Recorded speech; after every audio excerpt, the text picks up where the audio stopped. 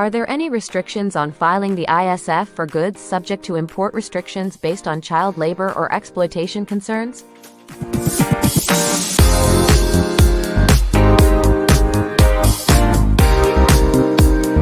Welcome back to our video series on customs brokerage and international trade.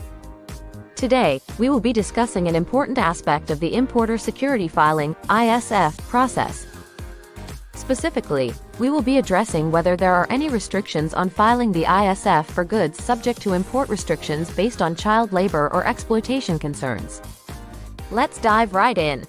When it comes to international trade, it's crucial to ensure that goods being imported do not violate any regulations related to child labor or exploitation. Many countries have strict laws and regulations in place to protect against such practices. As a result, there may be specific restrictions on filing the ISF for goods that fall into this category. To understand this better, let's start with the basics. The ISF is a requirement introduced by U.S. Customs and Border Protection (CBP) for ocean shipments bound for the United States. It entails providing information regarding the goods being imported well in advance of their arrival. The ISF helps facilitate risk assessment and improve border security. Now, the ISF filing process is generally applicable to all goods being imported.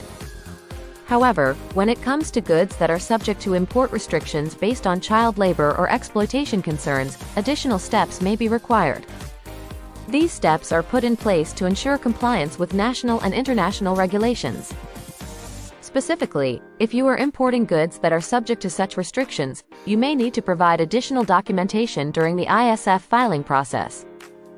This documentation could include, but is not limited to, certificates of compliance or other relevant proof that the goods meet the necessary standards. It is important to note that these restrictions can vary depending on the country you are importing goods from and the specific regulations in place. As a result, it is crucial to work closely with a knowledgeable customs broker who can guide you through the entire process and ensure compliance with all requirements.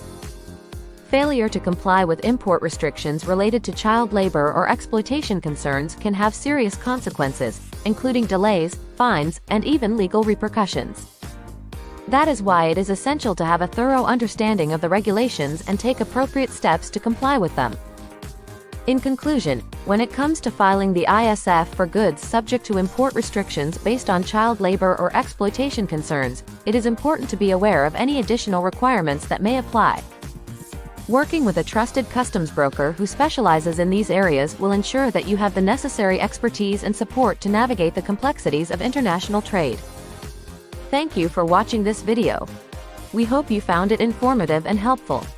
Remember, staying compliant with import regulations is crucial for a successful international trade operation.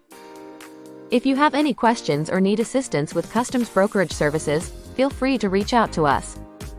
And don't forget to stay tuned for our upcoming videos on related topics. Disclaimer note below. See you next time.